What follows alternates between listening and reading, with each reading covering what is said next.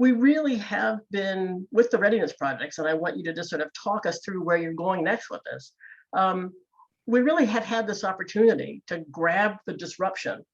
and grab the fact that these systems that we refer to as after school or out of school or summer have really been able to step up and demonstrate the power that they have to be these flexible delivery systems for learning and development, who were much more nimble in their ability to step in and recreate some of those settings where learning happens, and recreate it through the lens of relationships, which is how they often come in to work with young people because they work with them voluntarily.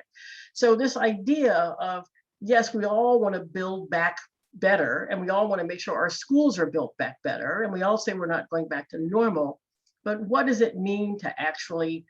take full advantage of the opportunities that we have to build forward together? So take the last couple of minutes, Rita, to sort of talk through, in whatever way you want, where we are in sort of activating these goals and strategies that over the past 6 to 8 months have sort of galvanized under this Build Forward Together umbrella.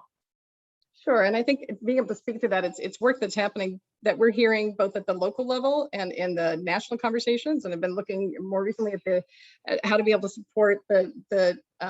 as the national turns to focus on state with the funds that are coming into communities now. But just looking at this, this came out of the conversations that we've been doing as a part of the Readiness Projects over the last 6 months with national and local leaders saying, what are we grappling with right now? What are the real issues that we're facing? And we know we need to build schools back better and reimagined in different ways and take lessons learned from the past year, and also really accelerate the supports that we have for young people now. We need to strengthen and leverage those community partners. Increasingly, there's adolescents are getting short shrift in all of this, and so how are we making sure that they are centered in the work and in the thinking about what that work should be, the conversations as well as the action, and then how are we really innovating using summers and to really innovate towards long-term change. I'm going to speak to that one for just a moment, because we've had at the national level this group that started really just coming into more of a learning and development ecosystem space. Many of the Readiness Projects co-strategists and some others that came together around this idea of even this summer, how are we leveraging this summer as a springboard to thinking about the following year differently, and how are we seeing each other more in the national partnership space, as well as how are we supporting this work that's happening locally. So we're seeing this happen at multiple levels, I think, in terms of the work, and what is both exciting, daunting, it's energizing, but also I'm not going to say it's exhausting, it's just all consuming, is that we're all figuring it out together. To me, it feels like the early days of the Ready by 21 work. We're trying to think about and sharpen what are those ideas that actually help people think about real time, what is the work that how are they doing things differently in terms of their work? How are we flipping the whether we can or not, the kind of language around learning loss or the lost year to what are the assets that were developed during this year? What have we learned that we can carry forward into the space? How are we really seeing the young people that have not been showing up for the opportunities that have been put out there? Who's connecting with them, and how are we making those? How are we understanding what that picture looks like? And in this conversation, it is so much more than you and me, and even the powerful team that we have at the forum. It really is the work that we're doing with our partners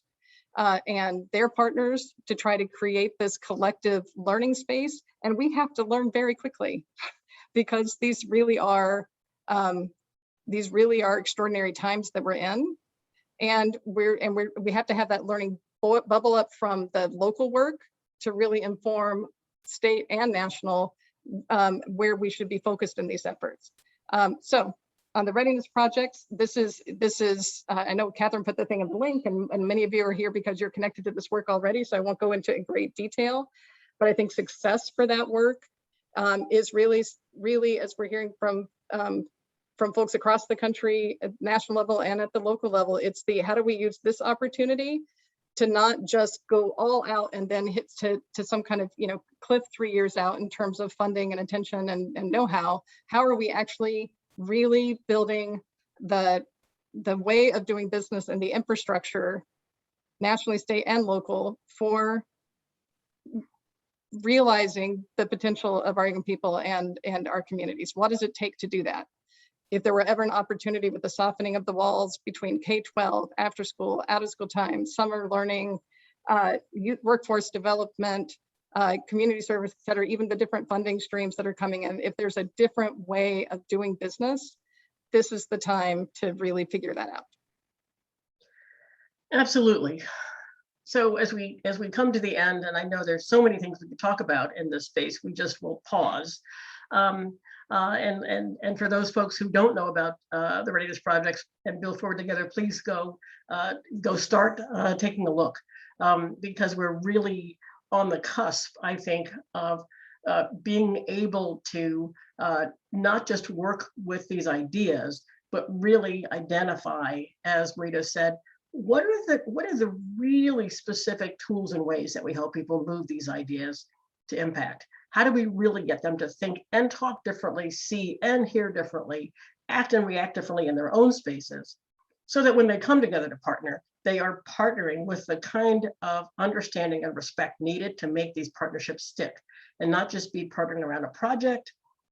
or partnering around transactional things like who shares buses and who shares space, but really have these strategic partnerships that will allow us to have young people have healthy, equitable ecosystems for learning and development. How do we get to that idea of sort of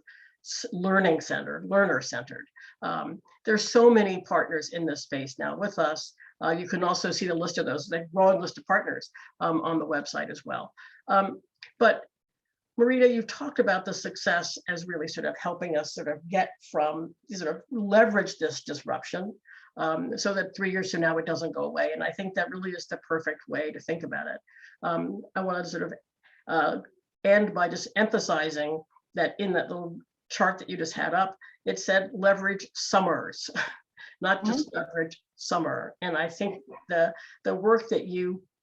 and the partners have been doing to really sort of walk the balance, and I see some of the folks on the screen on the participant list, like Arthur Pearson from Outward Bound and Thompson Island, to walk this balance between, yes, we have to do things differently this summer. We have a huge opportunity to get things right. But if we just see this as a temporary, we have to do it this summer because of COVID, and then we go back to the way it was before, we will lose a huge opportunity. And we certainly will lose a huge opportunity if we don't keep going forward. So, and focus on adolescence. And that was one of the things in your theme. I'm going to hand it back to Ian, but on that last piece of adolescence, while I think with the Readiness Projects and Build Forward Together, we've sort of focused on how we get that learning and development ecosystem sort of moving forward.